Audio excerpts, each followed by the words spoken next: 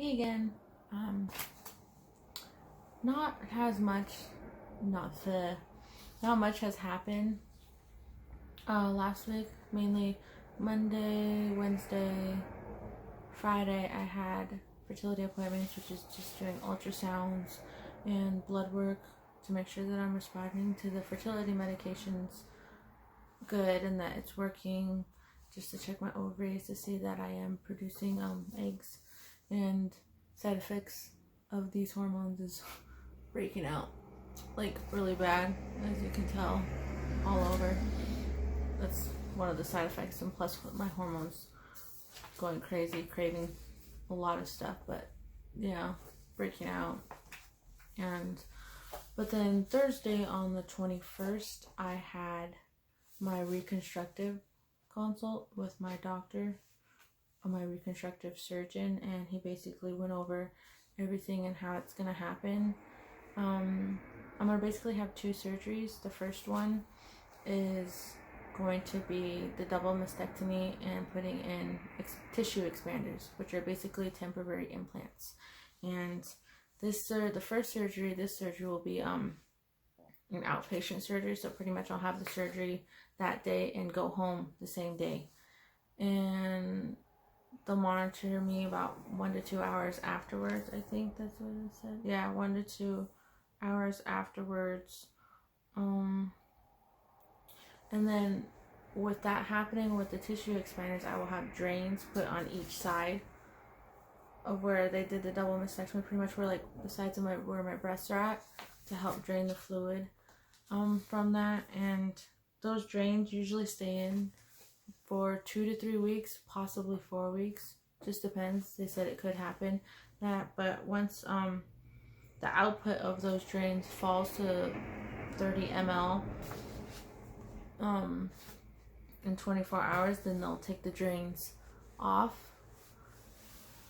And this whole thing can last about 4 to 6 weeks, they said. It all just depends on my tolerance of pain when they do expand the tissue, because they're expanding the tissue that way when they do the second surgery of taking my tissue from my abdomen to put in there, there will be enough room, and my body won't freak out of being stretched all of a sudden. So that's why they have the tissue expanders. So they're going to expand them gradually, and it all just depends on my tolerance for the pain of it, because they said once I feel pressure, then they'll stop, and then they'll wait a few longer, maybe a few days or a week to expand them more to where they want them to be. And then the second surgery, that one isn't going to be an outpatient surgery. It's going to be one where I believe I will stay for 2 days if there are no complications, what they said. And it's a DIEP flap reconstruction. They're pretty much going to cut almost from hip to hip, an incision all the way from hip to hip, and it's going to pretty much look almost like a football. The shape of a football is how he said. It's going to be like tapered to one side, open, and then tapered to the other side. They're going to take that skin, that tissue, that fat in there, and put it in my breasts. I decided to go that way because I didn't want implants. Just things I've seen, complications of them with people, and also just didn't want something foreign in my body. And that one, I will stay for 2 days. Like I said, afterwards they will monitor me, everything like that. That one's pretty much, the first surgery is like 3 to 4 hours, I believe. Then the second one, it can be 8 to 9 hours. So it's a very long surgery. But then that recovery time is pretty much almost like 4 to 6 weeks as well. And then I believe maybe in between those two surgeries, I will be going through chemo. I have not figured out a final date for that quite yet, but when I do the second surgery, before that one, the DIEP flap reconstruction, I do need to lose 30 pounds. It lowers my risks and complications in surgery. And also, so when they do take the tissue and some of the skin from here and put it back together and just like tighten it up in a way, I won't have extra skin there. And that's pretty much their goal, is not to have like extra skin, just so it's like nice and tight in my abdomen area. And that's pretty much it. And last Friday, the 22nd, I did have an MRI for my liver because my doctor said there's a hemangioma on my liver. And it's very common, he says, in my age. It's just abnormal blood vessels. And then an ultrasound for the left side of my thyroid. I did get the results for that. The MRI did come back yesterday. Yesterday. And it did not come back cancerous. It's not cancerous. And then the left side, he said not to worry about it. It's a nodule, but he does want to get a biopsy of it. So I have that. I don't know when that will be. He said they'll schedule it within 1 to 2 weeks. And so far that's pretty much it. I recorded this Tuesday because my sister and I went back home and we got back so late, and then Monday we were just so tired, and so that's why it's being done today. And I had Tuesday I had fertility appointments, and I could be getting my trigger shot tomorrow, or today or tomorrow. It just depends on the results from my blood work and what the doctor says. So once that's done, I will be getting the procedure done to have my eggs freeze. So maybe on Thanksgiving or Friday. But yeah. But I did record my sister and I's adventure of heading back home. So here it is.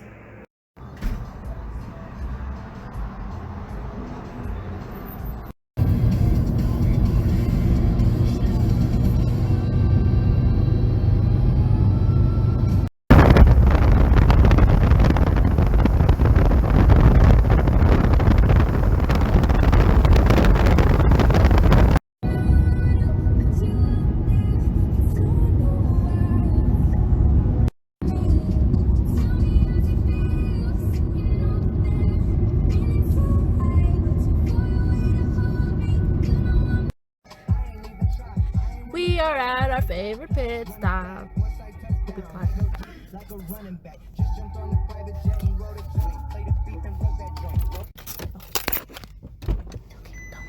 Oh, forgot the light. Okay. See? Boom.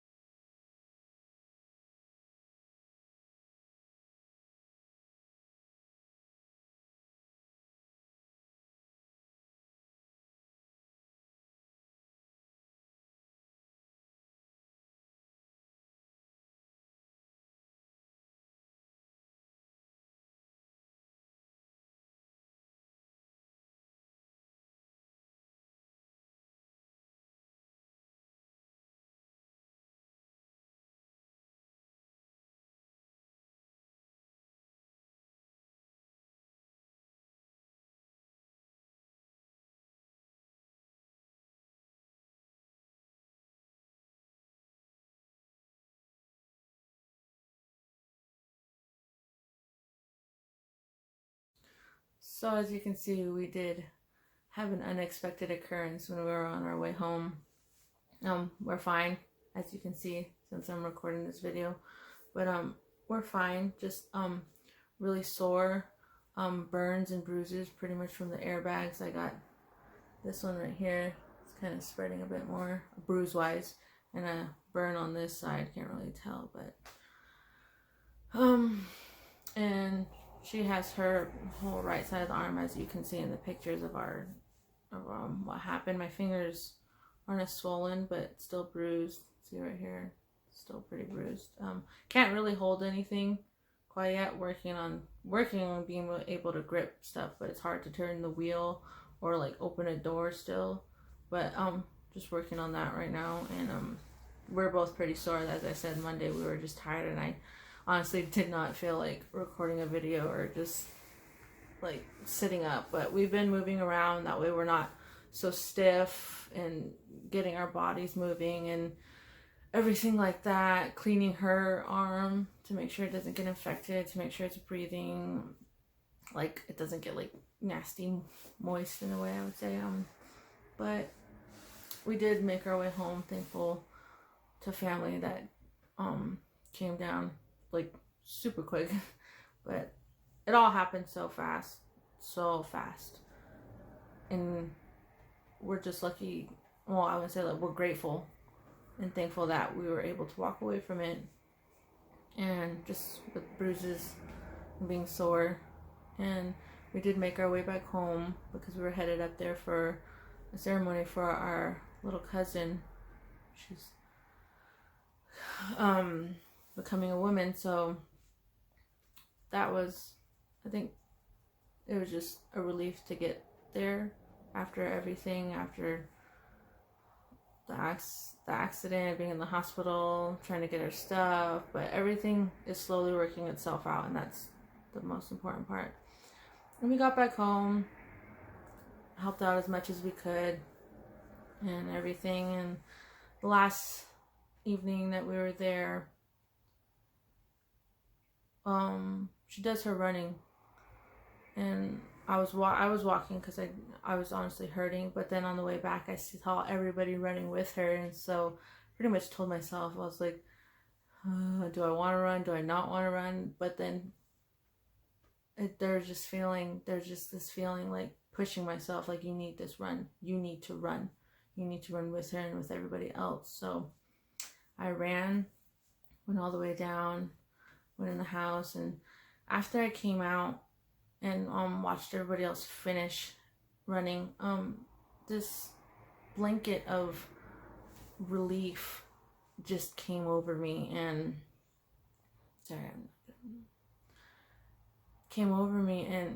pretty much flushed out everything I've been holding inside. Just anger, and I do have anger because a lot of questions of like, why me, why now, why, just everything, why. So I had a lot of anger, I had being sad, anxiety, and just my head filling with different things, especially knowing I'm going into surgery. I'm terrified of surgery. I am. So just everything going on in my mind, my body hurting, my arms from blood draws, just everything. It hurt. Everything hurts. And so after that run, that relief, it felt amazing. It was beautiful. In all honesty, it was beautiful. It felt amazing. It felt beautiful. It just felt, I don't know the words to explain it, because there's no words that can explain it. But I felt it. And it was the greatest release that I needed, because I tend to hold a lot of stuff in. I don't really tell how much I'm hurting, or how I can be angry at times, or how sad I am. I just smile through it, in all honesty. There's some days where you can tell on my face, but I'm really good at holding stuff in. I know I shouldn't, but I've always been, I wouldn't say I've always been, but I've always been the one people come to when they need someone to talk, when they need a shoulder to cry on, when they need someone. And now I don't know how to do it when the roles are reversed, when I need it. So that's why things get held in a lot, and I shouldn't, but it's just what I'm used to. But anyways, it was good to have that. And afterwards, just having family all around me, and especially getting blessed by my cousin who we were there for, and just that as well felt just, no words can describe how that felt. Just her blessing every part of my body. And then when she got to my chest, that's when I lost it, because it's hard to explain, but it is just the feeling, like you can feel it when she grabbed onto me, like I can feel it. I felt it, and I needed that. I needed to go back home, even though we had the whole accident issue. I needed that. I really needed everything that happened on the evening that we were going to leave. And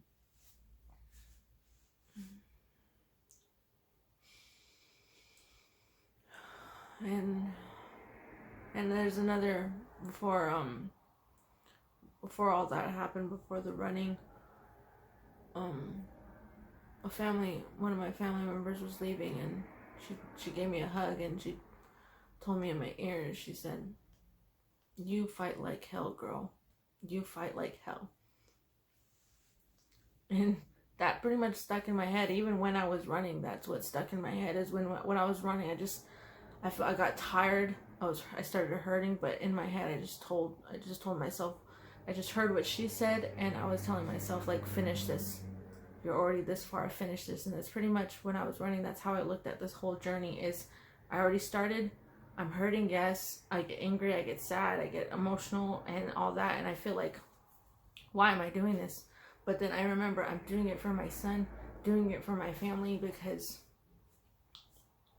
it's what you do. You can't just let it consume you in a way. So then when I felt like just stopping, I didn't want to run anymore, I pushed myself. And that's how I feel, is like I'm pushing myself through all of this. It hurts, my body hurts, my arms may hurt, but I'm going to push myself through it. And that's how it felt. And I just heard her words in my head.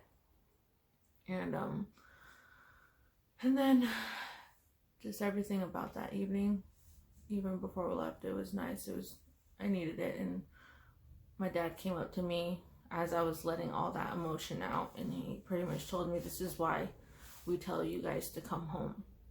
No matter what you're going through, no matter what you're going through in life, if it's hard or anything, and you just feel maybe lost, or you feel feeling the way I feel, all the emotions that I have built up in my head, he said, you come home, because you need that release. That's why we tell you guys to come home, because this is home, and this is where you feel secure, this is where you feel safe, this is where you feel like this is where you can leave everything and let it go.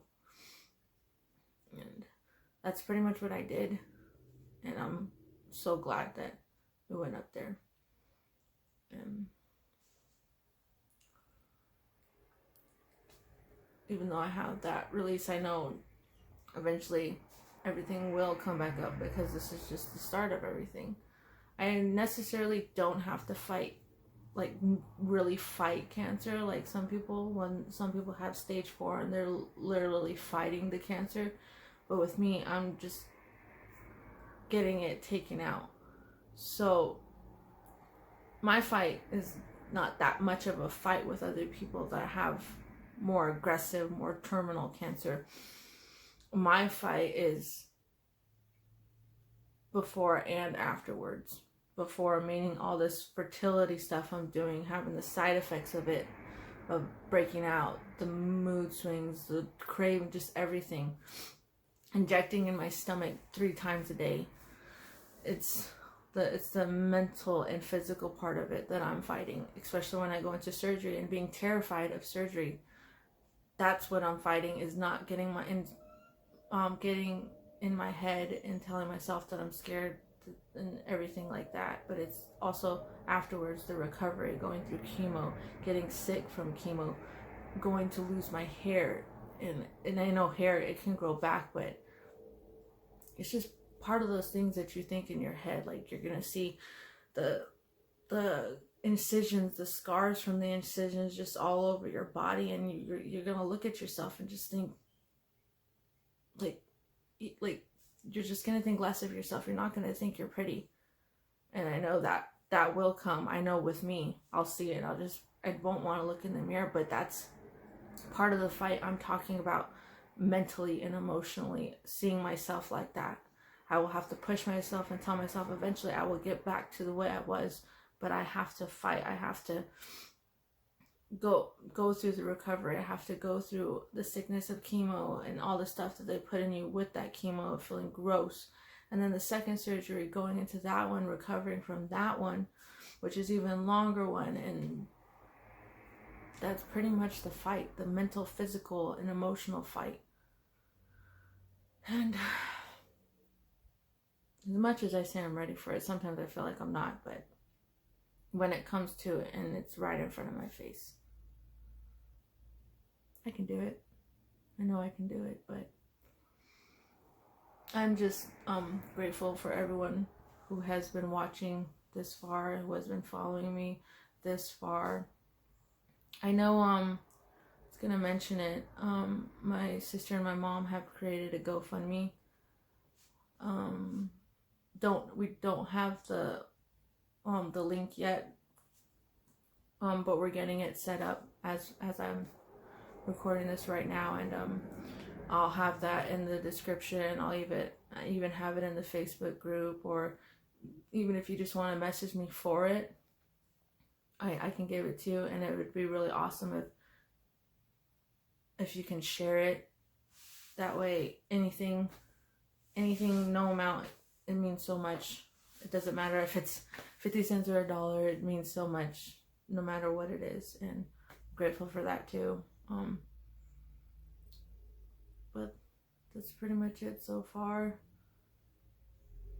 Just fertility appointments, reconstruction, and just trying not to make sure we get sore and move around still.